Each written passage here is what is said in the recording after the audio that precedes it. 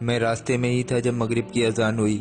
آج جاب سے آتے وقت کافی دیر ہو چکی تھی۔ میں جیسے ہی گھر پہنچا مغرب کا وقت تقریباً ختم ہو ہی چکا تھا۔ میں نے جلدی جلدی وضو بنایا اور ویسے ہی گیلے ہاتھ پاؤں لے کر نماز کی نیت باندھ کر کھڑا ہو گیا۔ میرے چہرے سے پانی ٹپک رہا تھا۔ میں بار بار اسے آستین سے پوچھتا اور نماز چالو رکھتا۔ نماز کے دوران مجھے دھیان آیا کہ میں امی کی دوائیاں لانا بھول گیا۔ آج آفس میں بہت کام تھا، کھانا کھانے کا بھی موقع نہیں ملا۔ میں بہت تھک چکا تھا۔ سجدے میں جاتے ہی میں نے نماز میں پورا دھیان لگانے کی کوشش کی۔ تبھی اچانک سے میں ایک ایسے میدان میں پہنچ گیا جہاں بہت سارے لوگ جمع تھے۔ سب کے ہاتھ میں ایک کتاب تھی۔ مجھے سمجھ نہیں آ رہا تھا کیا ہو رہا ہے۔ تبھی کسی نے آ کر ایک کتاب میرے ہاتھ میں بھی دے دی جس پر میرا نام لکھا تھا۔ میں نے کھول کر دیکھا تو اس میں میرے اچھے اور برے اعمال لکھے ہوئے تھے۔ میرا دل بیٹھ گیا۔ میں نے سوچا یا اللہ کیا میں مر گیا؟ میں نے سب کی طرف نظر دوڑائی۔ سب کے سب ایک لائن میں اپنی اپنی کتابیں جمع کر رہے تھے۔ میں سمجھ گیا میں مر چکا ہوں۔ اب میرا بھی ان سب کی طرح حساب کتاب ہونا ہے۔ میں نے بھی اپنی کتاب جمع کر دی اور انتظار کرنے لگا۔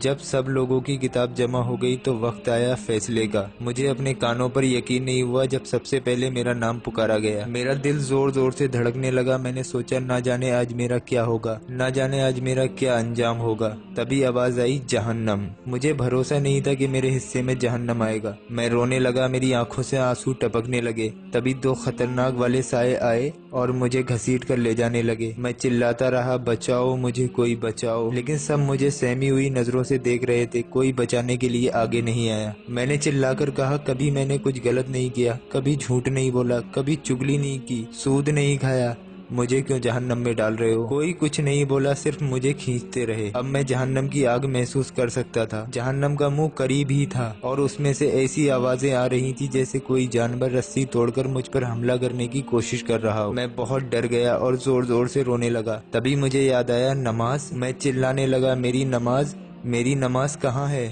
جہنم کا منہ سامنے ہی تھا۔ دنیا میں ذرا سی گرمی برداشت نہیں کرتا تھا۔ یا اللہ آج اس گرمی کو کیسے برداشت کروں گا؟ اب میں جہنم کے دروازے پہ تھا اور زور زور سے رو رہا تھا، لیکن کوئی سننے والا نہیں تھا۔ میں چلایا لیکن کوئی فرق نہیں پڑا۔ ایک سائے نے مجھے دھکا دے دیا اور میں جہنم کی تپتی آگ میں گرنے لگا۔ مجھے لگا کہ شاید میرا یہی حشر ہے۔ اتنے میں ایک ہاتھ نے مجھے پکڑ لیا۔ میں نے سر اٹھا کر دیکھا تو سامنے ایک بزرگ تھے، سفید داڑھی، نورانی چہرہ لے کر مسکرا رہے تھے۔ نیچے دوزخ کی آگ مجھے جھلسانے کے لیے مچل رہی تھی، لیکن ان بزرگ کا ہاتھ لگتے ہی اس کی تپش ٹھنڈک میں بدل گئی۔ میں نے پوچھا آپ کون ہیں؟ انہوں نے مجھے باہر کھینچ کر کہا تمہاری نماز۔ مجھے غصہ آیا اور میں نے کہا آپ اتنی دیر سے کیوں نہیں آئے؟ مجھے دوزخ میں دھکا دے دیا گیا تھا، آپ کو اور تھوڑی دیر ہو جاتی تو میں جہنم میں جا چکا ہوتا۔ بزرگ نے مسکرا کر کہا تم بھی تو مجھے آخری وقت میں پڑھا کرتے تھے۔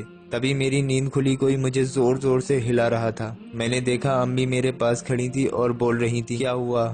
نماز نماز کیوں چلا رہا ہے؟ میری خوشی کا ٹھکانہ نہ رہا، میں زندہ تھا۔ میں نے امی کو گلے لگا کر کہا آج کے بعد میں کبھی بھی نماز میں دیری نہیں کروں گا۔ اے دیکھنے والے اپنے رب کا کرم دیکھ، جو فرشتے شام کو تیرے گناہ اس کے پاس لے جاتے ہیں وہ صبح انہی کے ہاتھ تیرا رزق بھیج دیتا ہے۔ دوستو آپ سب نماز پڑھا کرو اس سے پہلے کہ آپ کی جنازے کی نماز پڑھی جائے۔ تو جس طریقے سے ہم نے آپ کو ایک میسج دینے کی کوشش کی ہے، امید ہے کہ آپ اس چیز کو سمجھو گے۔